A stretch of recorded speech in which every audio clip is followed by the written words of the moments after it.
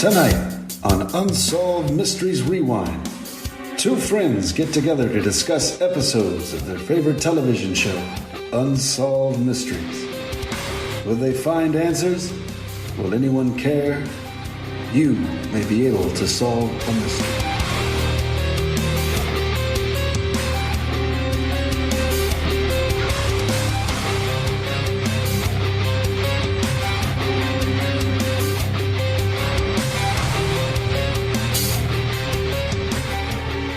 Welcome to Unsolved Mysteries Rewind. Today I am here with Mark. Again, how are you doing, Mark? Hello, Laura. How's everything going? Yes, I'm good. Thank you. Yourself? I'm doing great. Excellent. Good to hear. Good to hear. So, yes, we're discussing another case of our favourite TV show, Unsolved Mysteries. You know, I've been watching a lot of Unsolved Mysteries lately. I don't know. It's just been like late night, gone down this like looking at older episodes that I haven't watched in a long time. And it is really convenient that they're all on YouTube. Oh, you have the discs then. Well, not all of them, but most of them are. You mean on the on YouTube? Yes, because I looked for a certain episode and it wasn't a missing segment, it was like a proper episode and they didn't have it. But you know, I don't want to be picky because there are lots on there. So I'm very grateful for what's on there. It took ages to actually get them on there, hence why I bought that box set ages ago, which was, again, worth the money. I only paid $100. Now it's about $600 on eBay. Right. I mean, that was a good investment on your end. Oh, and I still watch it to this day. It's just incredible. So, yeah, it's good to sometimes go back and watch them and feel very, nostalgic and, have a bit of Stack. Robert Stack. Have a little Stack in your evening. But, once they put everything on YouTube, there's this script that you can run. I just downloaded them all just to have. So even if they pull them off, we're good. But you have the discs anyway, so you're good either way. True. But you said that there's one missing. So I don't know if you remember off the top of your head, but if you do remember, please let me know. I'm just kind of curious what that is. Yeah, I'll have to think of it. Yeah. It was a case I was looking at and I thought I'll watch the segment and I couldn't find it. I'll have to think about it. But, I was very, very, very, very surprised it wasn't there. But, most of that season is on there, so I can't complain. But the case that we're talking about tonight is one of the ones I do remember because it's such a simple case, but it's a genuine unsolved mystery, even to this day. You kind of sometimes watch these things, I think, at least I do, where you're waiting for an update, and there's no update here. Yeah, it's quite disappointing. It's very tragic, and it's a shame that it's still unsolved to this day. It's the murders of Michael Johnston and Rochelle Robinson. I think when I see Rochelle, I just can't stop thinking of like the Seinfeld Rochelle. But we always have to like squeeze a Seinfeld reference into things. But of course. But yeah, I mean, it's weird because it's a very strange case because we learn that these two were dating. But Michael is married and he has a family. Yes. And so that was a little bit of a scandal there, like an episode of some sort of TV show, dramatic TV show. But it's happened now we had trouble saying this. Well, if you want, I have this right up here still. Yes, it was in Washington in the town of, go ahead. Puyallup, yes. Very interesting name, but it's better if someone else pronounces it. And it was on June 26, 1994, so quite a while ago. So we'll rewind back into the case, as they say. Yeah. And so, I mean, we're going into like summer, season and everything. They seem to have this like kind of hangout thing where they play Magic the Gathering. Yes. Yeah. Now, in the reenactment, it's kind of like a card table type of situation where they're all playing Magic the Gathering. I've never played Magic the Gathering. Neither. You have you ever played any of these role-playing games? No. I've never really been into that sort of group of friends that were interested in it. I'm sure if I had some friends that were interested, I would give it a go, but it's not really my thing. But, you know, everybody's different. Yeah, I'm not into dragons and stuff like that, but I do mention when I was a kid, it was Dungeons and Dragons that was so popular. And I think it's even popular again these days. But it is, yeah. Well, when I was a child, we had these things called Tarzos that you could collect in chip packets. I don't know what that is. Australian friends would remember. They were like little disc things, and you could clip them all together and make like a structure out of them. And they had cartoon characters on them and things like that. But then as we got a bit older, it was Pokemon cards. And I tried to get with the Pokemon gang, and I owned, I think, a deck of them. But I just got bored so quickly. And, yeah, I was very happy when the school banned them that I went to, because I was just over them and sick of hearing about them. Wait, what did they ban? The Tarzos or the Pokemon cards? They banned the Pokemon cards. Oh, wow. I'm surprised. I was at a garage sale like 5 years ago, and this woman was just selling all of her kids like stuff. It's like he went away to college. And I bought these like 3 binders of Pokemon cards for like $5 each. And they're worth quite a bit, actually. Well, yeah, you can, you know, if you find something like that, I probably would have got them too, because as you said, they're worth something. So you might as well have them in your possession, even if you don't obviously use them. So yeah. Use them. It's like, how am I going to use? I know it's like, it's a part of a game, and you collect, you know, and you get the different characters. I'm just not into it. There's some rare ones in there. There's some rare ones. Yeah. But Magic the Gathering, basically, if you don't know what it is, it's a game that involves mythical creatures, magic, and fantasy. And some people believe it can push participants dangerously close to ritual violence and the occult. Now, not buying that at all, personally. Yeah, neither am I. And, you know, just even the intention of pushing that narrative is so kind of insulting, to, I think. It's just... I'm sorry, what? It's very presumptuous. It is. And it's like, well, it must have been the devil. You know, maybe it wasn't. You know, maybe it was just, you know, I think, I guess we'll discuss our own theories at the end. But, yeah, I say put out any type of theory that involves the occult, right? Yeah, I think they were just getting together as a group of friends for a few drinks and a card game. I think it was completely innocent. I don't think they were, you know, going to pick out a Ouija board and try and summon Marilyn Monroe back from the dead. But even if they were, you know, isn't that a game? I've never, I'm not a big Ouija board fan. No, I'm not going near that. Yeah, do you have kind of a healthy fear of it? Well, not a fear. I just don't want to mess with things. Yeah. Let's just leave things as they are. Leave the past in the past and let things rest. Yeah, I agree with you. But so it was a Sunday night, June 26, 1994. Michael and Rochelle, Michael's 25, Rochelle's 19. They were at the house playing Magic the Gathering, and they were just, at least in the reenactment, it looked like, you know, they were kind of getting bored. They decided to leave at about 11:30 in separate cars. Michael left first, but followed Rochelle shortly after. And the next morning, you know, just fast forward a little bit, the next morning they were both found dead.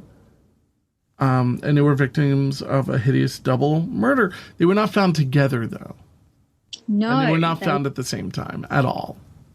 No, they weren't. They were found a few hours apart, which we'll get to. But, yeah, both were viciously murdered, and it would have been a big shock, basically. Michael was a day labourer, married to a woman named Janet, had 2 children, and lived in Puyallup. Puyallup, yeah. Yep. Rochelle worked at Taco Bell, was a computer enthusiast, studying teaching, and lived with her family in Spanaway, which is easier to pronounce. The 2 met through classes at Pierce Community College and quickly became friends. Now, it didn't mention it, but I wondered if maybe Michael was taking classes there as well as Rochelle, and that's how they met, or if he was perhaps doing some labour work on the campus. And yeah, it's possible. Yeah, and they both had an interest in the Magic the Gathering game, and Michael often visited Rochelle at her home, which I think is already a bit sus for a married man. Oh, my God, yeah. I mean, you know, and, you know, it's one thing if it's just a married man, right? But there's 2 children. Yeah, yeah. And I mean, I'm not saying it's right. I'm not saying it's okay if there's no children. What I'm just basically saying is you have 2 kids. Like, what are you doing? Yeah, and I understand that they had, like an interest in something together, and maybe the wife didn't have that interest.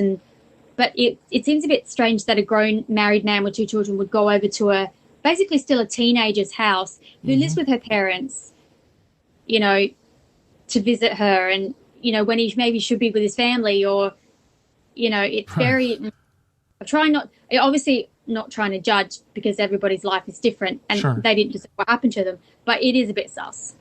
This whole thing kind of reeks of a jealous type of situation that went bad, personally. Yeah. But yeah, so they both had an interest in magic. Now, that's in your notes. Did you mean like Magic the Gathering, or just in general the occult? The Gathering, the card game. Okay, I'm sorry. Yeah, because I was looking around. I'm like, it'd be kind of interesting if they had an occult twist like that actually existed, but it's not. The detectives learned pretty quickly from the friends that they had been lovers. I mean, I guess it's important, but it's just kind of interesting. Like you were kind of pointing out that the friends knew, but the wife didn't know. But it's kind of like everybody keeps secrets. That's true. And maybe only a couple of close friends knew.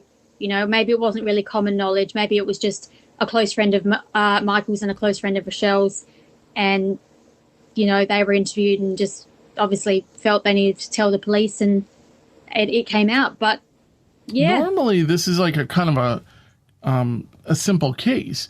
It does seem like a jealous rage, but they do learn through a private investigator and a respected psychic that the homicides were the work of, which I hate using this word, charismatic killer entangled in the occult world, which I'm just not buying.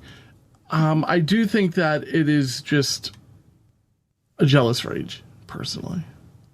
Yeah, I agree. I think, as we'll get into, the way that they were killed shows that more than the occult world, but we'll get to that. So the morning of the murders, the morning of, a woman discovered Michael's body around 4:45 a.m. About 6 hours after he'd left the card game. His throat had been cut, and he'd been shot once in the head at point blank range. I guess that's kind of extreme. You point out, like, it's not in, like, if you cut somebody's throat, they're going to bleed out pretty quickly. But to also shoot them, it's pretty crazy. Yeah, it's like, definitely wanted him to be dead. And he was sprawled next to Rochelle's 1988 Mazda, which was parked near the popular shooting range called the Tacoma Sportsman's Club. But it's also an area that is known as Lover's Lane, which is the most original name I've ever heard. Yeah, it's like a Happy Days episode all of a sudden with murder. But I love that. Oh yeah. But yeah, I mean, it's kind of we're kind of getting a painting of a pretty typical town too. Yeah, that's true. One source states that Michael and Rochelle were last seen leaving the Tacoma Sportsman's Club. So there's a few, different sort of areas where they were sort of last seen, but it was around that area.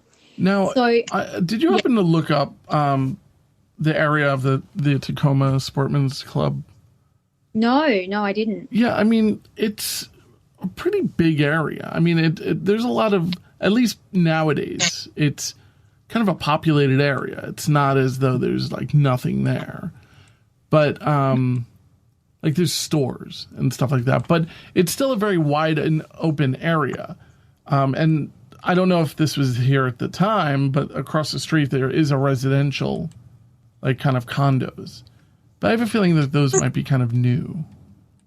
Yeah. Well, usually sportsmen's clubs are quite big anyway. It's quite a large area. And if it's a shooting place, usually you don't want them near too much residential neighborhoods. That's very true. So, the further away, the better. So we did say that Michael's body was found in the early morning hours. But actually Rochelle's body was found at about 5 p.m. So that's almost 12 hours after Michael's body was found. Mm-hmm. So that's quite a long period of time to, I mean, that's probably enough time to think, did Rochelle kill him? Yeah. If she's missing, did she have something to do with Michael's murder? But anyway, unfortunately, that wasn't the case. She was found, also found, she was found partially hidden in shrubbery along a remote tree-shrouded access road about 5 miles, which is about 8 kilometres, from where Michael had been killed. She had been stabbed repeatedly and her throat was slashed to the bone. So that's pretty terrible. She sustained more injuries than Michael did, so I immediately assumed that she was the intended target because it was a clear case of overkill, a crime of passion, which usually indicates that the person knew her, unless she just fought extra hard and the assailant got angrier and kept stabbing her. So... No. I'm just kind of discovering this, like, right now, like, live, but there's a military base right behind where all this happened. Oh. Yeah. In Puyallup. It's the Washington State Military Department that exists there. And if you look in the map, literally right behind, like right around the block from where all of this happened, right near the Tacoma Sportsman's Club, there's Military Road, and you can't even get like a Google Street View because it's not on the maps. And yeah, there's this whole installation there. I don't know what it's for. I don't know what type of stuff they're doing there. I just think all of a sudden things are kind of strange when you have a military presence. Right yeah. It was there back in 1994? I don't know, but usually military bases don't pop up overnight or anything like that. Well, that's true, yeah. Oh, interesting. Yeah, I don't know. I mean, it might mean absolutely nothing, but literally 1 block away from the Tacoma Sportsman's Club is Military Road East, and you would take that down to the base.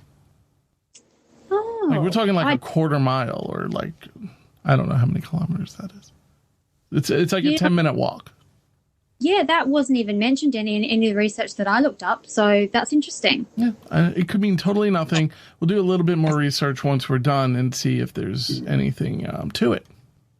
Yeah. Probably not. I mean, it's probably just a coincidence. It's just we're talking about something that's so heinous and so and unsolved, and whoever was using the gun kind of needed to know kind of how to use it, right?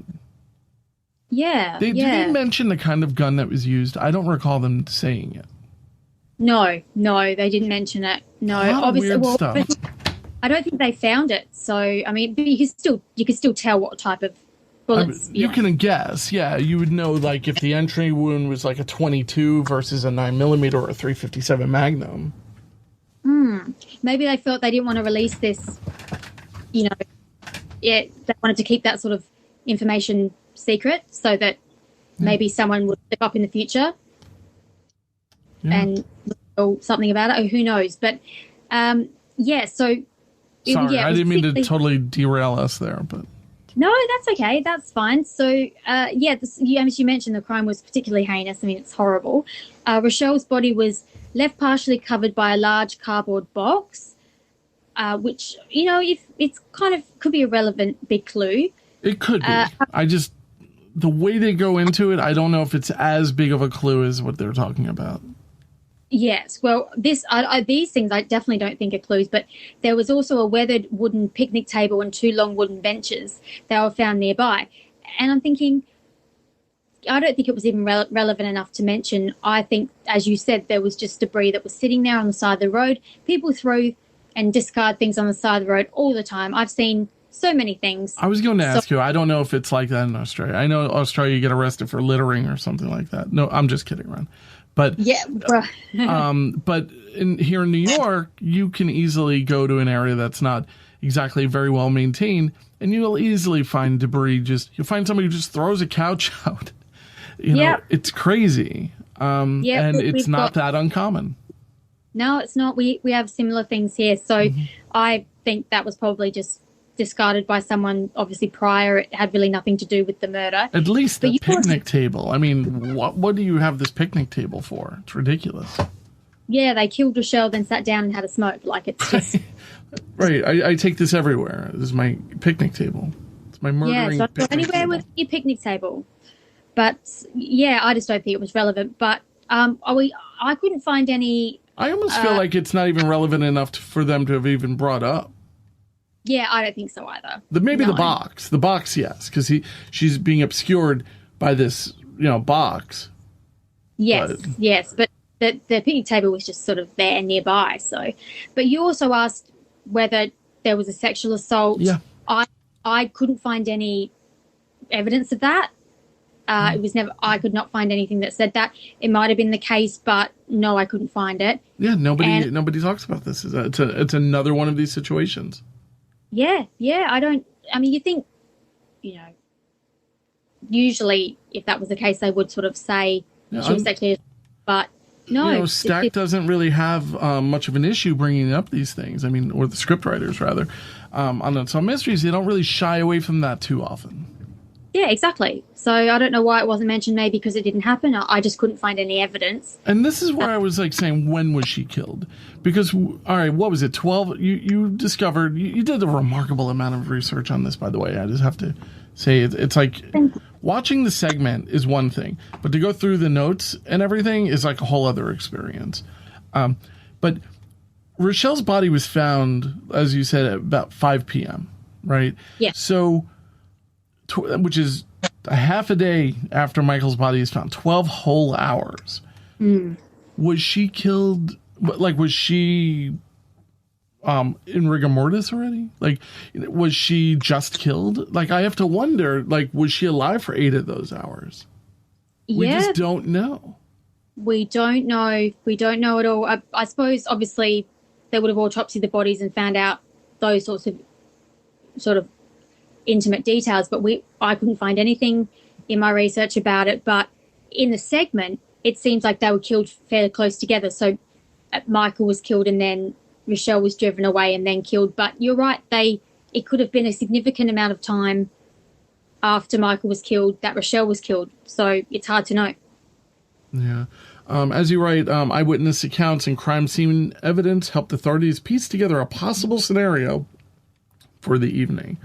Which, it makes sense, right? What do you think of their scenario? Yeah, I think most of it is makes a lot of sense. But I think, obviously, there are some unanswered questions, and it does lead to other sort of theories. So, but I think most of it, from what it looks like, the evidence, yes, they were together, yes, they were caught, yes, there was some sort of altercation, but there is, many answers. How many people were there? Mm-hmm. Who was killed first? All those sorts of things. But in the theory, the couple left their friend's house in separate cars, as we said before. Rochelle later picked up Michael up from a parking lot of one of a high school, junior high school near her home. I don't know why they would choose that. Is it because the other car was left there?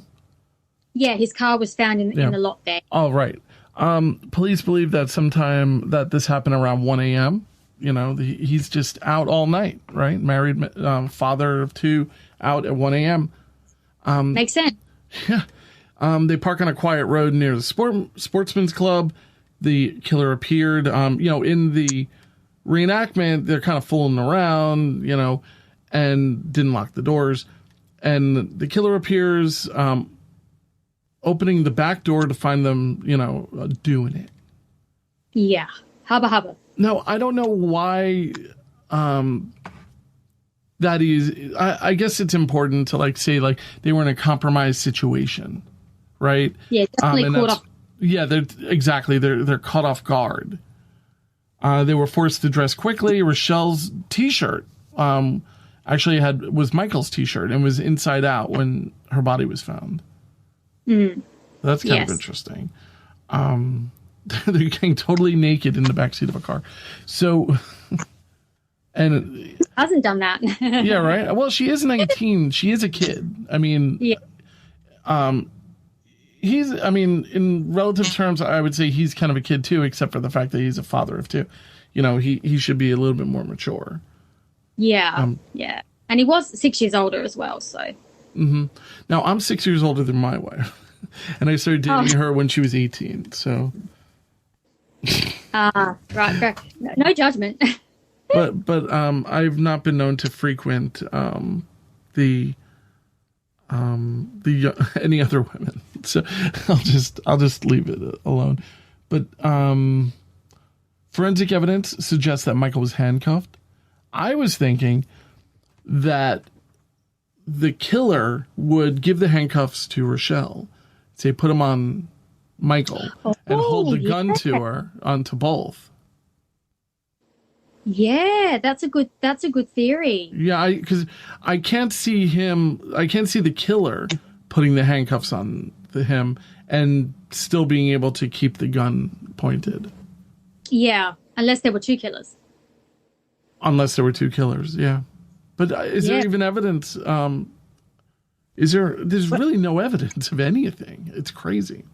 Exactly. So, but I think you're right with the handcuffs. If it was one killer, he probably just demanded that she handcuff Michael, because there's lots of cases where, they're forced to tie up the other person or things like that under threat of death and gun to their head. So that's probably what happened, yes.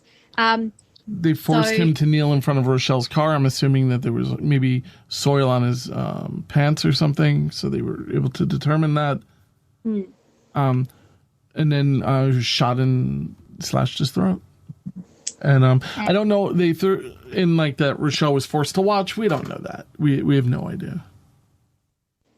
In the reenactment, it seems that she did see, because she was, she goes, "Oh, you just killed Michael. Like she was obviously petrified. But yeah, we don't know. She could have even been blindfolded. He could have taken the blindfold with him, the killer. We don't know. So, but I'm guessing that the murder was brutal enough. I'm not surprised she probably did see, but yeah, the whole thing's just terrifying anyway. It absolutely is. Police believe that the real target is Rochelle. That Michael was just kind of in the way. Just to kill somebody is a big deal, right? Oh yes, it's to not kill something two people do people. I mean, geez. Let's see. I just scrolled. Can you pick up where we? Yeah, that's all right. Sure. I do have another theory we'll talk about later where, yes, the main target was Rochelle, sorry, but the killer may have known Michael as well. So there is that theory, which we'll get to. But there were several straight end type knife pricks, about 1/4 of an inch deep and 1/4 of an inch wide, in Rochelle's neck, which indicated to police that somebody held a knife at her throat to force her to accompany him. There was a detective called Fred Reninke. He concluded that the killer drove Rochelle to another road about 5 miles away. And like I explained in the segment, it was just a matter of pure panic for Rochelle. She screamed, "You just killed Michael." And he said, he really creepily says, "I did it for you. I did it for you." It's just really creepy. And it just shows that he seemed to be obsessed with Rochelle and hated Michael for their relationship. But again, it's just theory. It seemed a bit dramatic, personally. It was very dramatic, but, it could have been what happened. We don't know. It's just the segment. But it kind of adds to the frightening aspect of it. But then the killer, as we said, stabbed Rochelle repeatedly and covered her body. When exactly, we don't really know. Like we said, it could have been straight after they had left to go to a different road, or it could have been, an hour afterwards, 5 hours afterwards. We don't know. But I tend to think it was probably still when it was nighttime, so that the killer wasn't seen. So I just think that during the day if she was killed during the day, there'd be maybe potential for somebody else to see, more so if it was, and then in the evening. Now, whenever we get to discussing the aftermath with Janet, I really have a few things I wanted your opinion on about her. But so let's start discussing some of the theories that I think come to, not really come to light, but just basically theories. Police believe that this was a crime of passion based on the brutal way that Rochelle was murdered. They think that And that's another thing. It's the brutal way that she was murdered. I mean, he was murdered pretty brutally as well. They both were, yeah. Yeah, they think that the killer is a person that that knew her well and wanted to have a relationship, or was an ex-boyfriend. We learned that she was also in a relationship 4 months prior. But, you know, I mean, makes you never want to date anyone. You know, it's like, well, I didn't, you know, we broke up. That was 4 months ago. 30 years ago. She was playing the field, which is quite 19, common for someone. You know? Yeah, for 19 years old. You know, as long as someone does it safely, there's no problem. Well, even you know, even if she's like 50, she's single, right? I mean, she can date whoever she wants. Yeah, I preferably would stay away from married men, but that's right. just me. But do you think she knew? Yeah. Do you think it's possible she just didn't know? No, I don't think she knew. Okay. Yeah, I'm assuming she knew, but Devil's you know, advocate. I could be wrong.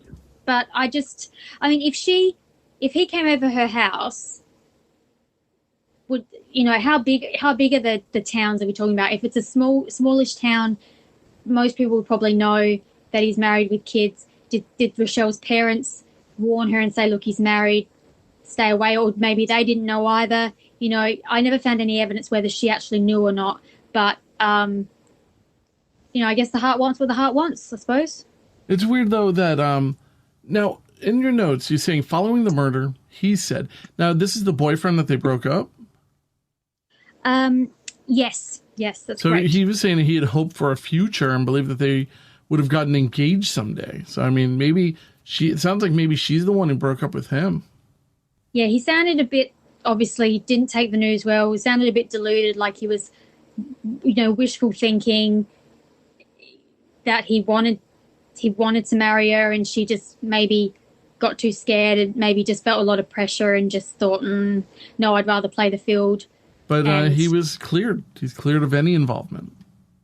Yes, he was cleared of any involvement. I mean, I don't know. How was he cleared? Was there a substantiated alibi? We know nothing about this guy.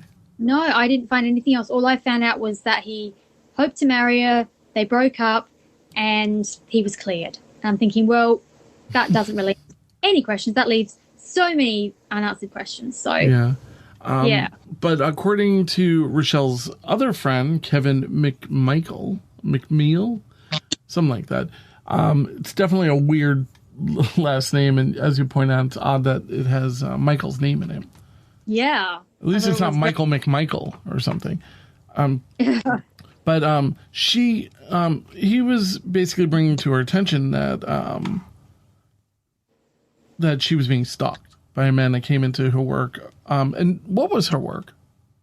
Taco Bell. Oh, right, Taco Bell. Well, you know what? Sketchy people go to Taco Bell. Do you have Taco Bell in Australia? Maybe no, we don't. But maybe he just liked tacos.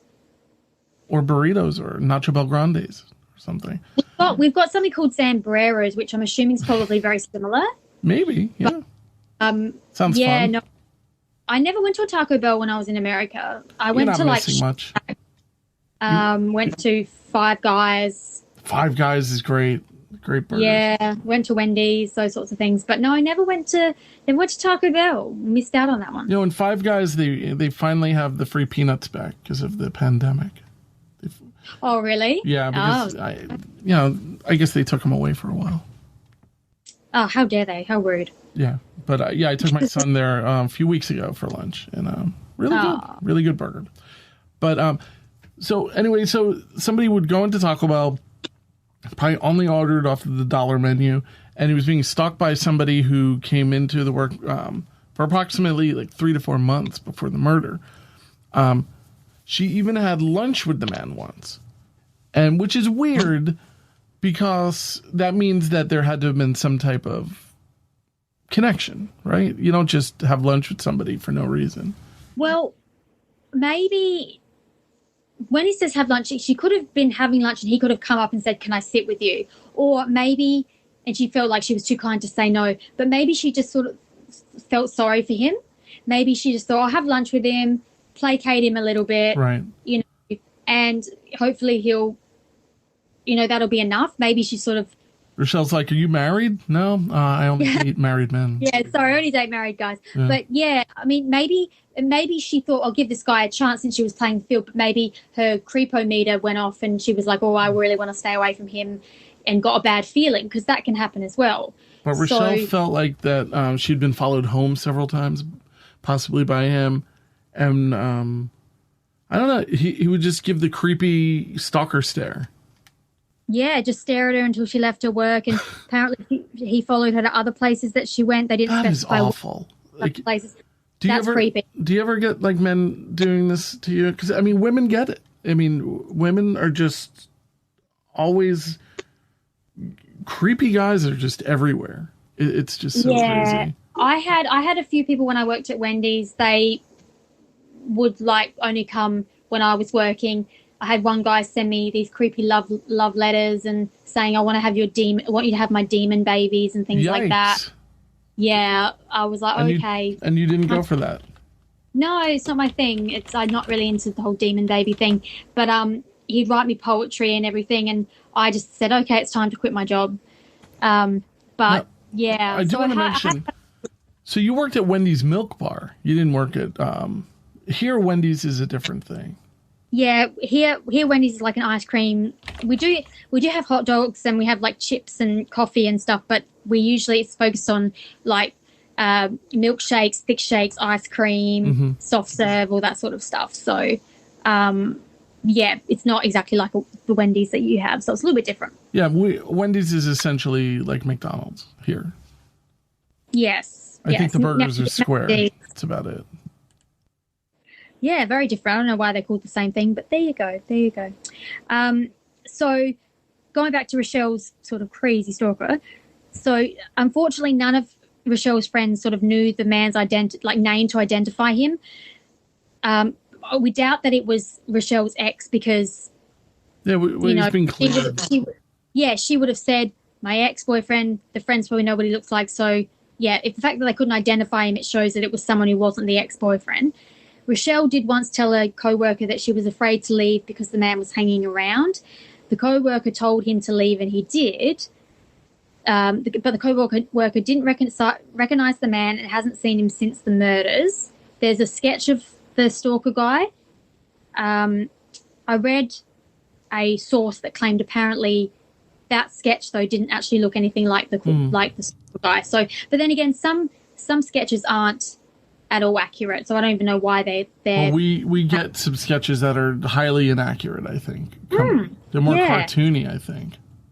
Yeah, so the man was described as Caucasian, 25 to 30 years old in 1994, 5'10", 170 pounds, with blondish brown hair and acne. He walked with a slouch and may have worked for a glass company. He was seen driving a truck carrying panes of glass. People believe he lived in the Parkland Spanaway area at the time, which is the same area where Rochelle was residing with her parents. What do you think about this theory? That it could have been this creepy stalker guy? Look, I mean, it could have been him because, maybe if he had followed her to campus and he did see that she was talking with Michael and they seemed to hit it off, if he did know of the relationship or if he knew they were spending a lot of time together, maybe he did get really jealous, and maybe he just had got it in his mind that, no, he and Rochelle are meant to be together, and you know what stalkers are like. It's happened before. Yeah, he could have created this whole scenario in his head. When it didn't go to plan, he wanted revenge, especially on Michael and then on Rochelle. So, yeah, it could have been him, but he's considered a person of interest, but his identity and any connection he may have to the case remain unknown. So, yeah, the police don't really seem to go too deep into it, but I think if someone's been murdered in this heinous way, that should be investigated more, because that's a red flag right there. If someone was obsessed with you, you've got to clear them. Oh, totally. So, yeah. So we also have an online angle. Now, online in 1994 was very different than online even 5 years later. So yes. She, this is all like before Windows 95. This is before OS X on the Mac. This is the world of bulletin board systems like BBSs. I was certainly using computers at this time. and you would have dial-ups. So in 1994, I'm not even sure if AOL was a thing at that point. It very well might have been, but really you're talking about blue screens. Yeah, I mean, you're talking about basically dialing to bulletin board systems. And or like something like a Prodigy or like Netlink, you know, all of these kind of strange things that really just kind of don't exist nowadays. And Rochelle was known as a computer enthusiast, and she worked as, well, she actually, the way you describe it is even better. She served as a system operator for a bulletin board. So essentially an admin. Yes. She would chat with the friends for hours and hours back in the days where you have to pay by the hour. And she had met a lot of online friends. And I think it's totally possible that this somehow was an online situation as well. It easily could have been connected in that sense. Yeah, absolutely. And again, I don't think that, obviously technology wasn't advanced as it was today, but I don't think police investigated like they should. Right. You know, just because they don't understand something doesn't mean there isn't something there isn't something to it. But yeah, you mentioned you'd love to know what forum she was a part of, but I'd like to know as well. But obviously probably doesn't exist anymore, but if she was known as a computer enthusiast, she obviously knew what she was doing. So she could have really gotten into it with other people who knew what they were doing, and very well could have met someone online who wanted to meet her or met her. And yeah, it's definitely always an online angle. When there's anything technology based, there's always a way for people to get to you. I'm kind of curious when AOL was formed. So let's see. Well, it says it was founded in 1983, but I don't know in what capacity. I'm not really sure. Maybe it was. Maybe there were years they were developing it and they didn't have anything. In 1995, the service of AOL reached 1 million members. So well, there you go. So I mean, it's very possible that it was like an up and coming thing. I don't recall using AOL until much later. I was an unfortunate AOL user for a number of years, but 6, so I don't remember much. What? I was 6 years old. Yeah, like you had no right to be in these ridiculous chat rooms, and which would probably just like Seinfeld chat rooms anyway. Yay, Seinfeld! Woo. Yeah, that's what it would be. You have mail, or you've got mail. The private investigator and the wife. This is another. This is really an incredible theory. I think we do learn. This is one of the things I wanted to bring up. So we meet Janet, the wife, who I personally, this is just a personal preference, who was also in the reenactment. I want to mention they actually used her in the reenactment. Yes, I think she's more attractive than the Rochelle, personally. Yeah, I think she's quite attractive. Yes. Now we learn, excuse me, that Michael, who is a laborer, and Rochelle, who is in school, right, each had a $250,000 insurance policy. No, you mean Janet. I'm sorry, yes, Janet. They both had $250,000 in the event that either one were to die. And that seems excessive for two people who just don't... I mean, do they have money, you think? I just don't know. No, well, I mean, don't get me wrong. Labourers can make money, but they were very young, and they had 2 young children. So I wouldn't say they were raking it in. When I hear labourer, I don't think of somebody who's in a profession. I'm thinking like you're looking for odd jobs. Yeah, I mean, she was I'm sorry, go. No, I was going to say she was probably a stay-at-home mum if she was raising 2 children. She might have had a career. I'm not sure, but Janet did say she insisted on the large amount because she wanted, if something was to happen to either one of them, she wanted to make sure that the family was definitely financially secure, the other spouse that was left behind didn't have to work, and that everything could be taken care of. Did she seem broken up to you at all? She could be bitter, though, from finding out that her husband was a lying cheater. Yes, Because she even makes a thing saying, I don't know if he was going to leave me. Yes, don't know if they were going to stop soon. Don't know if she was going to leave me or going to leave leave Rochelle and come back to me. I mean, we don't know the status of their relationship, though. I did read that they were separated for a while, but then they actually got back together a few months before the murders. Now, but we don't know. They could have decided on open marriage. They could have just been living in the same house for the sake of the children. Come on, sounds like Penthouse Forum. I don't know if you know what that is, but I don't know. I just don't. I don't know if I buy that so much. It just seems. I mean, it's totally possible. I don't know. I just feel like Janet now has the money to hire a private investigator. Why? I mean, does she really care so much about what happened? I mean, the guy was cheating on you. Yes, but if someone was cheating on me, I still wouldn't want them killed in such a brutal manner, especially not the father of my children. Like, if you really look at it, I mean, it's horrible that he was cheating, of course, and you think, you think all bad things about them, but there's no way that I would want them killed like that, killed at all. I'm kind of a normal person. I'm not. But you know what? You might also do that if you had hired somebody to kill them in the first place. I'm not saying Janet did that, but I'm saying I think that Janet has probably the most clear motive as anybody here.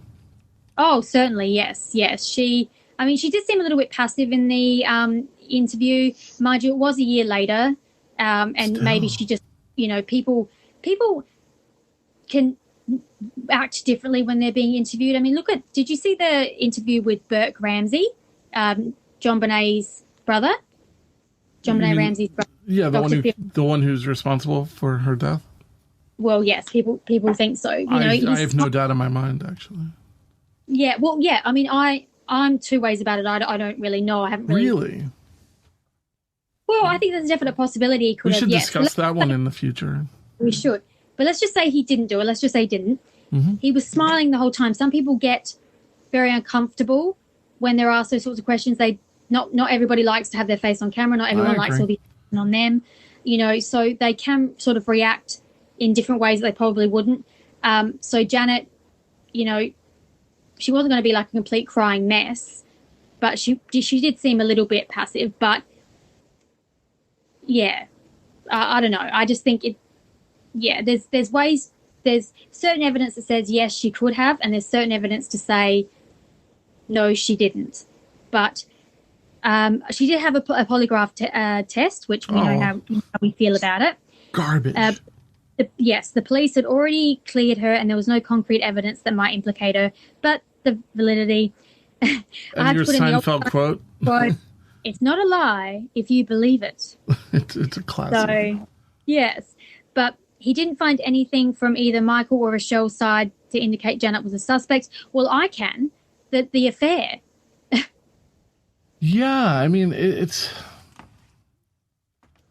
The whole thing is so crazy. And my dad had this sort of like my dad's sort of idea. Yeah, I like this. Graham coming back on the show, hopefully in the future. Yeah. Well, I asked him to read through these notes and see what he thought, but he said a few things. But in my notes, I put, I'm assuming that this means that the investigators delved into Janet's life and found nothing that led to Janet. But I also had a theory of the hit for hire, either by the wife or someone else. The wife would have obviously had a motive, which is the affair. However, the way the victims were killed don't really fit a hired hit. Usually a hired hit, if it's a professional one, is, one shot behind the left ear. And yes, Michael was shot, but his throat was also slashed. Rochelle was stabbed a dozen times. That's pretty, like we said, overkill. Yeah, I don't think it was really a professional hit. But then I thought of Janet's family members. Is it possible that she had... that's a good point. Yeah, if she complained maybe to a brother or another male relative about Michael's infidelity or the troubles that they were having in their relationship. Yeah. I wonder how many spouses she has. Like, I mean, all of a sudden we learn that she's like the only girl of a family of boys, Yeah. I don't know that, of course, but... Yeah, I didn't know either, but she might have wanted revenge, but probably not to that extent. But maybe you know, her brothers were like wanting to get revenge for her little sister. You know, she may have not been hinting anything at all to do with murder, but maybe the male relative decided to teach Michael and his lover a lesson. It almost seems like a gang activity. I mean, really, when you break it down. Yeah, I mean, if there was more than one killer, maybe that male relative convinced another male family member to go along with the murder. And obviously, maybe Janet does know who did it, but doesn't want to implicate her family because she loves them. But at the same time, she doesn't feel totally responsible because it wasn't her. So, yeah, there's that angle to look at as well. We don't know that family angle. So that was Dad's pointing out there. I was thinking that's a good hint. I'm going to put that in there. Yeah, no, very good. But, you know, Janet is spending money on private investigators. I just think you get $250,000, and I don't know, it's kind of weird that she's spending a lot of it.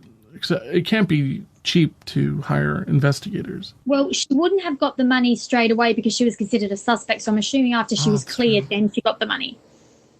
But it almost feels like she would only have hired them after she got the money anyway, like after she was cleared. Yeah. But but who did she hire? What is his name? Wright? Yes. I think I don't know if I wrote down his first name. Yeah, I thought Jim Wright. Jim Wright. Jim Wright. So Jim Wright uncovered basically the theory about the magic game angle, like with the occult. He kind of really leaned towards this whole holistic, not really holistic, but a paranormal aspect to all of this. Not really paranormal either, just an occult kind of lean to it, where all of a sudden we're bringing psychics into it and we're talking about the occult.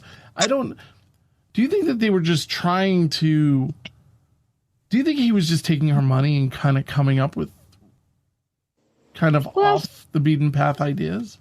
Probably. Yeah. He's like lawyers. They suck, you know, they're bottom feeders. They just suck money out of every angle that they can get. But, you know, it was proven that Michael had an extensive collection of material relating to the occult, but that doesn't mean that so do I. Like, I have a ton of stuff. Like, I have everything they showed that he has. I have tons of this stuff. Like, I have a gazing ball. I have tarot decks. I have the Satanic Diary. I mean, the Satanic Bible. And like, it doesn't make me a Satanist. You know, I don't practice this stuff. But back in the early 90s and mid 90s, that's when I had it. The Satanic Panic was still prominent. So maybe he thought, I'm going to look into this angle. You never know. He was playing a game the night before he was killed. You know, maybe there's some sort of angle to it. When maybe really, like I said, just an interest of his. I don't think he annoyed anybody to the point that they want to murder him. It was just a card game with his lover and a few friends over a few drinks on a Sunday night. Now, what about the friends? You know, is it possible one of the friends had a crush on Rochelle and it's like, oh, I'm tired of being with him? Because we meet one of them. Yes, very possible. Very possible. The friends could have, I mean, I don't know, maybe the last straw was when Rochelle and Michael left and they might have hinted where they were going and what they were going to be doing, and the friend just got overly jealous and thought, that's it, I'm going to follow them or whatever. And maybe that was the case. It could have been a friend, but we don't know. Now, so do you think Janet was like really into psychics? Because her hiring Nancy Meyer, I've never heard of Nancy Meyer, but to hire just like this psychic who apparently has a bit of a following, right? She's helped police with more than 300 homicides. She, from what I can, is she the one who brought to the table a sketch, or was that the other one? No, Nancy Meyer's the one that did the sketches, yeah. She's the one that actually was taken to the site and claimed to have all these feelings about who was killed first and who was the intended target. And what do you think of psychics? Look, I think some of them have legitimate sort of, well, I wouldn't say powers, but gifts. Yeah. But most of them, I think, are charlatans. But right, I think there's 1% out there who are legitimate, and that 1% is huge, I think. Yeah. I mean, I don't know about Nancy Meyer. when I saw the segment on Unsolved Mysteries, which is a separate one just about her, she has helped in over 300 homicides. She was right in a few cases where she's identified a few things about the cases. So, but there will always be skeptics, so you never know. But she told Jim Wright, who took her to the area, that if she's going to work psychically, she doesn't want to pre-read. She wants to go and work it cold. So at least she insisted on not knowing any information in the case beforehand, because that kind of, she's not doing cold reading. She's not looking for facial expressions as to answer yes or no and go from there. She's trying to actually work it cold. No, as interesting as her theory is, none of this is provable. No, not at all. And I don't know if I agree with some of the things she said. For example, so Jim Wright took Maya to where the first stop where the car was found, where Michael and Rochelle were making love and they were interrupted, and where Michael was murdered. While there, Nancy Maya said that she could feel his pain and fear, and she could feel that he was pleading for his life. She got images of what happened to Rochelle, and so she felt that he must have died second. Now, I'm not sure I agree with this. Why would the killer kill Rochelle there and then drive her body 5 miles away? Yeah. Did he do it to confuse investigators? Was he that clever? And was there any signs? Wouldn't there be blood? Yeah, I would say, were there any signs of Rochelle's blood at the crime scene? And Maya says she also doesn't agree with the theory that Michael was an innocent bystander. She believes he was the object of the killing instead of Rochelle. But again, I disagree. I think that it had something to do that was obsessed with Rochelle and Michael's relationship. They wanted Rochelle. They hated Michael. And I think basically whoever it was followed her that night, saw that she was with Michael, snapped and confronted them in the car. Mm-hmm. He wanted Rochelle all to himself. She probably would have tried to fight him off and been really scared. She may or may not have witnessed Michael's murder, but either or that, Michael was killed. He might have drove her away because he wanted to calm her down, keep her quiet, maybe just talk to her, because he was that deluded. He still thought there was a chance of a relationship after he killed Michael. Maybe his rage was so complete that he drove her to another road and in a crime of passion stabbed her and over until she was dead. But you believe there's one killer, right? You believe there's one single killer. Yes, I still think there was one single killer. Me too. My dad seems to think there's possibility that there could be more because it's hard to like you said, handcuff someone and have the gun on someone. But like you said, the killer could have said to Rochelle, handcuff Michael. Yeah, absolutely. And point the gun at her, say, look, you handcuff him or I'm going to shoot you. Yeah, exactly. So I think that there was probably one killer, not three, because, but Nancy Maya, the psychic, believes, now we've already just debunked this in our minds, that the killer knew, that Michael and the killer knew each other because from their involvement in black magic. We don't see that that's the case. Yeah. As she sees the crime, Michael and Rochelle were parked on the isolated road. Maya believes that there were three killers. The first killer, the man in his late 30s, was tall, balding and muscular, and he had two young accomplices, and they surprised the unsuspecting lovers. She believes that the killer forced Michael out at gunpoint, while the accomplices pulled out Rochelle and taunted her. They accused Michael of violating some kind of regulation related to the occult type situation, and I don't agree. Yeah, I don't agree.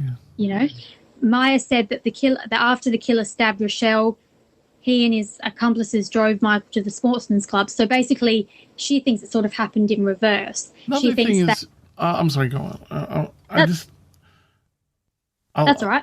I just want to say, how often do we have occult killings, right, that involve guns? Right? I don't know.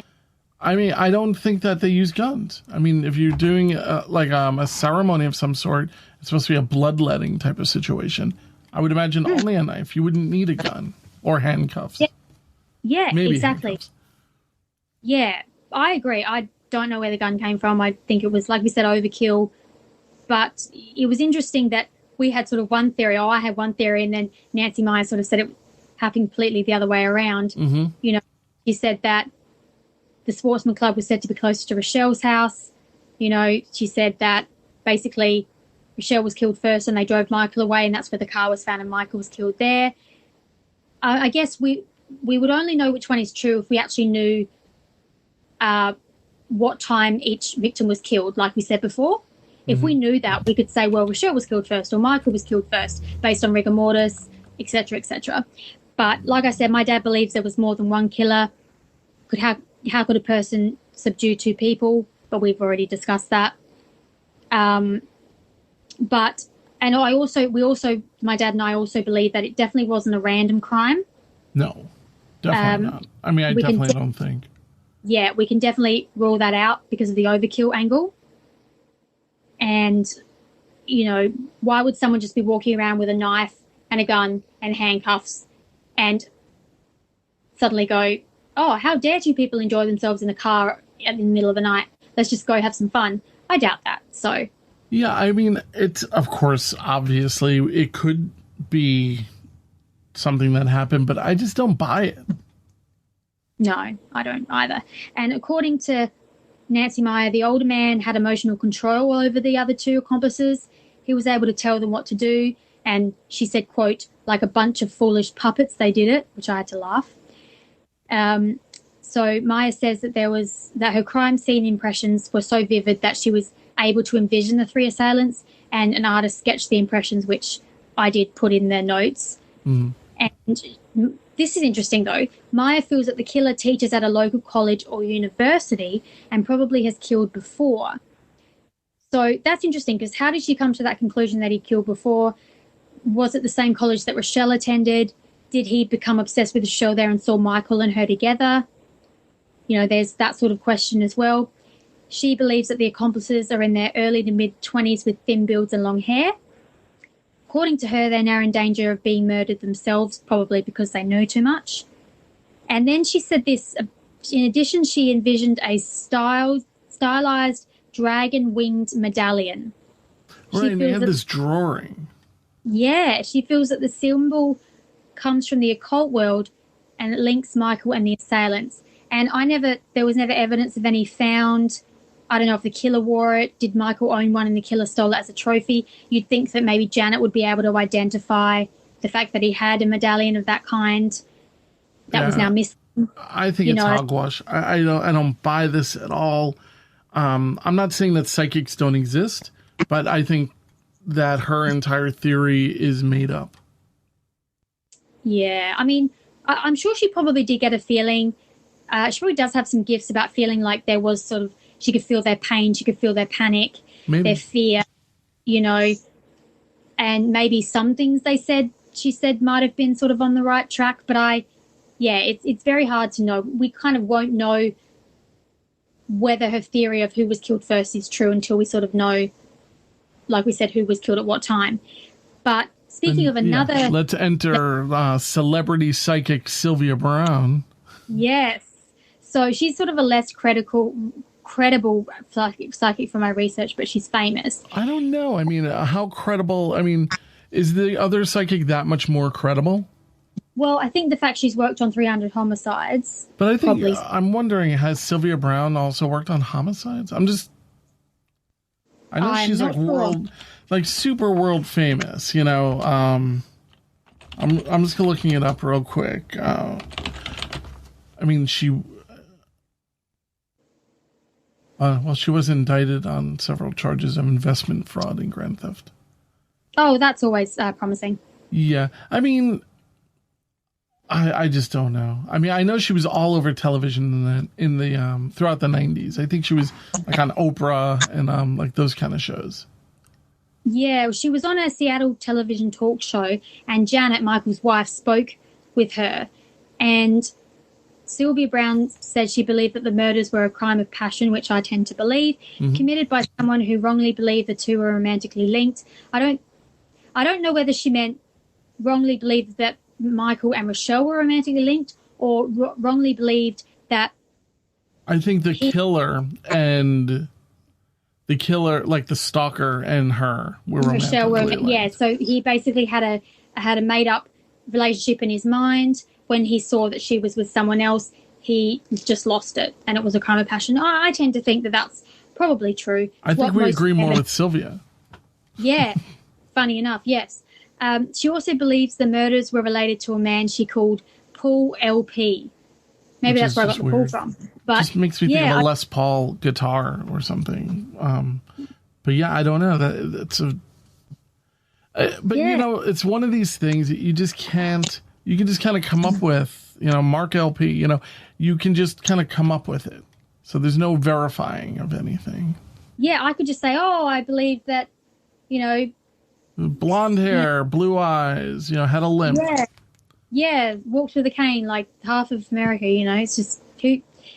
Yes, how credible are they? We don't know. But so some other details are Rochelle and Michael's families, they unfortunately, to this day, live without any justice for their loved ones. Rochelle's mother, Lynn Robinson, says that's a horrible feeling and she doesn't feel the case will ever be solved. Michael's father, Ken Johnston Sr., is certain that the killers will pay for their crime either in this life or the next. Well, I hope that they get caught in this life. But going back to one of the clues that we thought could be relevant was the cardboard box that the killer placed over Rochelle's dead body. And I don't mean to dismiss it. It's just, it does seem like garbage to me. But maybe that's why it's such a good clue, because they thought it would just be garbage. Yeah, well, authorities believe, I don't know if I believe that the solution to the brutal crime lies within it, but I think it probably may be relevant to some sort of clue. It was white and it was 2 feet by 3 feet. It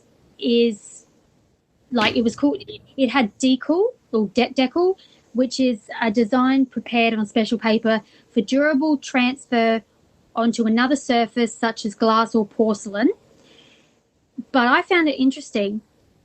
Speaking of glass and porcelain, didn't people claim that the creepy man that was stalking Rochelle at work, he actually worked at a glass factory? Right. The guy with the bad skin, right? Yes. The one that wouldn't leave and would come to work and stare at her until she left and follow her to different places. Right. So is that connected? I mean, I'd say that that's a better lead than most things that we've seen. I also have to wonder, did anybody ever see him again? I mean, people knew what he looked like, right? Did he just vanish? Well, the co-workers said they never saw him again after the murders, but maybe that was because Rochelle wasn't there anymore. Or maybe it had something to do with the fact he was the killer. Maybe he fled, you know, maybe he was just a transient that was living there for a while, became obsessed with Rochelle and then left. Maybe. Or maybe he changed his identity, like maybe he dyed his hair and, you know, looked different. We don't know. But, yeah, we don't know. So going back to the cardboard box, the box held large sheets of high-grade paper used only by professional printers. Forensic tests have convinced investigators that the carton was brought to the site by the killer. And I'm thinking, well, what kind of forensic tests would prove that? Did they find fingerprints? Could it have been in the back of Rochelle's car or been rubbish that was found on the isolated road before that? Well, you know, here's the thing. All right, so you have this box, right? And this is not exactly the kind of thing that you don't go, like here we have a store called Staples with paper and stuff. All right, if I would just go and buy 8.5 by 11 paper or A4, you can't really track that. But this is pretty specific. You know, this stuff is pretty much proprietary to whatever it's being used for. So I would imagine that there's not a ton of Gilcrest laid India white 23 by 35 sub 22 1500 sheets 75 millimeters short. Yeah, I just would imagine that would be connected directly to a particular company locally or not local. Yeah, well, exactly. And I thought it was interesting because it said further evidence suggests that for several years the box may have been in the killer's home or vehicle. If it was, maybe the local college teacher theory is correct, as the teacher would need paper for printing. But I don't know why, like you said, I don't know why the killer would use a box that was in their possession that could be linked to them. So, well, but if it is a special paper for transferring onto a surface, then, you know, that's a really, really specific item. Yeah, and I would just like to know what kind of evidence they found. You know, you can't just say, oh, we found evidence. It's like, well, whatever. Right. There's so many unanswered questions. Use your words. Right, use any words. Like, we don't know if she was sexually assaulted. We don't know when was she killed at the same time. We just don't know. It's important, we just don't know. I think. Yeah, it is. And, you know, as we said before, going back to the picnic table and benches, they thought it was maybe a clue. I just think it was probably just dumped on the side of the road way before, because random things are always dumped on the side of the road. Jim Wright, though, the private investigator, thinks that there was more than one person involved. As we said, we pretty much disagree. We think one killer was I think one killer could have handled this. Yeah, yes. And he believes that Michael and Rochelle knew the killer, which could possibly be true, and they attended a party or outdoor gathering shortly before they were killed. He acknowledged that no known witnesses placed him at the party, but he declined to say on what evidence his theory was based on. So if you don't have any evidence, don't say it. Right. I think that they were at a party. Yeah, and you're like, well, yeah, and elaborate. He also believes that the picnic table and benches are important clues. I think that Wright is just kind of like, all right, well, you know what? That's another hour I could bill. Yeah. I don't think that the picnic table and benches have anything to do with this. No, I don't think. Why bring a huge picnic bench and table? What are we we sitting down for a meal here? You know, it's just that's just ridiculous. But even detectives said that there's no evidence the couple had been at a party. So it sounds like even some of the investigators disagree with each other. Mm. The private investigator doesn't agree with them. Blah blah blah. It's just all a huge mess. So, do you think that the police could have done a better job with investigating? Yes, I do. I think yes, I really do. I don't think that it was handled properly. I think that they didn't do enough investigating into certain leads, especially the stalker angle. But then again, sometimes I just want to get the police files on these cases and really dig into it. Sure. And find out more. Obviously, you can't.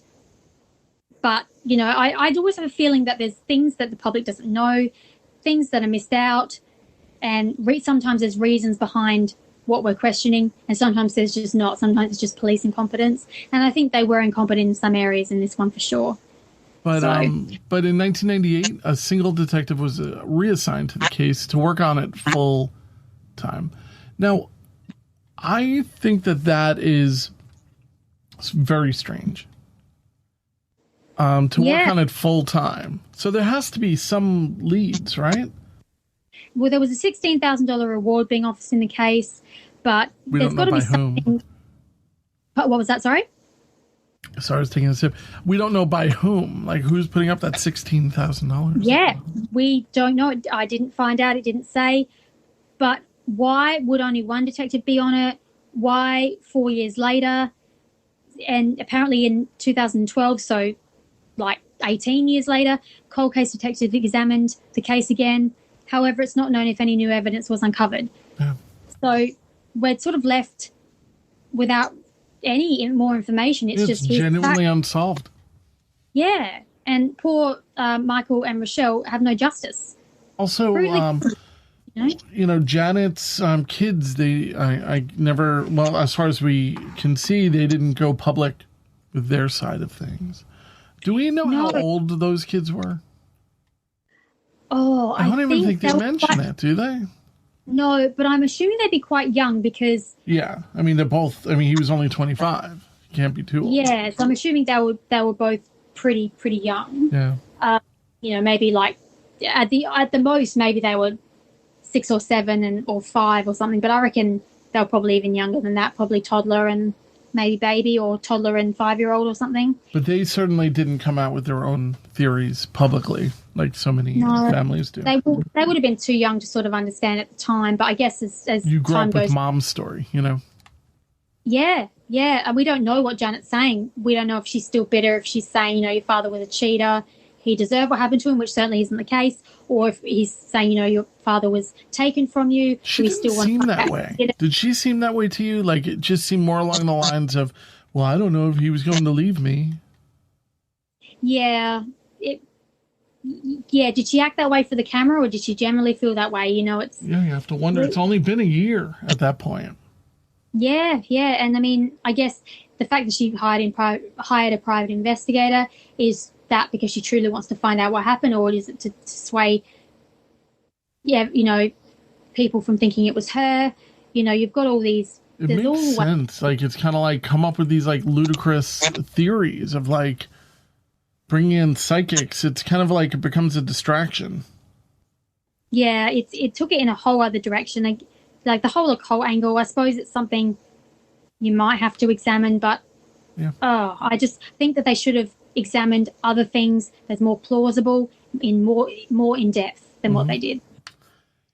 I couldn't agree more. Even the matter of any evidence left on the cars. Like, yes, when he opened up the car, maybe he wasn't wearing a glove. We just don't know. There's just not enough public information to take this any further, I guess. Yeah, and that's a shame, because it would be nice to know a bit more information. Maybe more theories could be deducted from it. You know, maybe more. You know, if they just did a bit more investigating, who knows what might have turned up. Yeah, and even if there's like DNA or something like that, you can bring it to modern uses, and all of a sudden there are genetic connections too. Yes, exactly right. So, well, Laura, it looks like we've come to the end of another episode. I want to thank you so much for the work that you put into each and every episode. No problem. I'm happy to do it. Love doing it. Yeah, it's a lot of fun, and fun for us to talk about these things. But so if you enjoy this podcast, please subscribe and leave us a review. Visit us on Facebook at Unsolved Mysteries Rewind. Just look for the group. Yep, and we do have an Instagram page as well that's up, so always post when there's going to be new episodes up and other things like that. So and that's Unsolved Mysteries Rewind, right? At Instagram? That's correct. That's right. Tonight we have been confronted with an entire catalog of unexplained and unsolved events. Tune in next time as Unsolved Mysteries Rewind discusses another collection of unsolved mysteries. Until then, we can only look and wonder.